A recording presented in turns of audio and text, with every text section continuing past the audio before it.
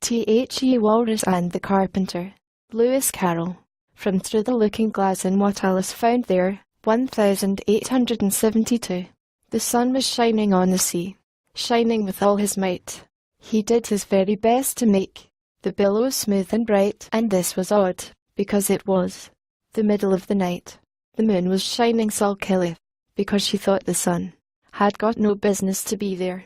After the day was done, "It's very rude of him," she said, "to come and spoil the fun." The sea was wet as wet could be. The sands were dry as dry. You could not see a cloud, because no cloud was in the sky.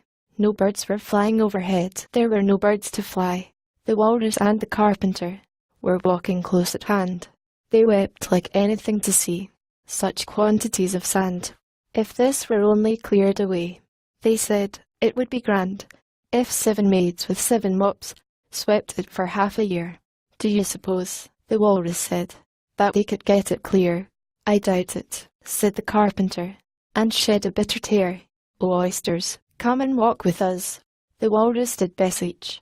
A pleasant walk, a pleasant talk, along the briny beach.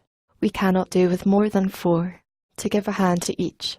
The eldest oyster looked at him, but never a word he said. The eldest oyster winked his eye, and shook his heavy head, meaning to say he did not choose to leave the oyster bed. But 4 young oysters hurried up, all eager for the treat. Their coats were brushed, their faces washed, their shoes were clean and neat, and this was odd, because, you know, they hadn't any feet.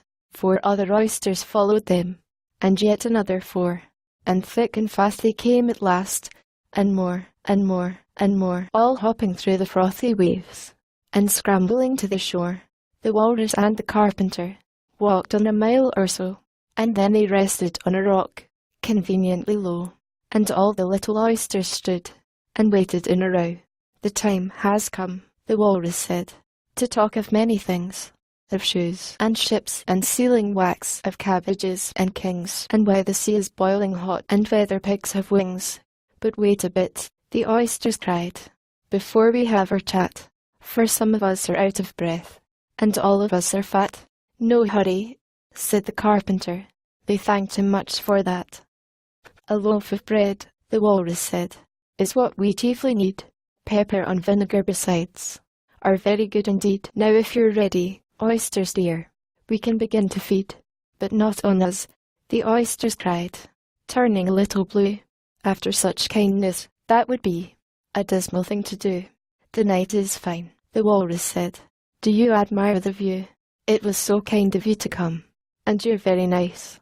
The Carpenter said nothing but, cut us another slice. I wish you were not quite so deaf. I've had to ask you twice. It seems no shame, the Walrus said, to play them such a trick, after we've brought them out so far, and made them trot so quick. The Carpenter said nothing but, the butter's spread too thick. I weep for you, the Walrus said. I deeply sympathize. With sobs and tears he sorted out those of the largest size, holding his pocket handkerchief before his streaming eyes. O oysters, said the Carpenter, you've had a pleasant run. Shall we be trotting home again? But answer came there none, and this was scarcely odd, because they'd eaten every one.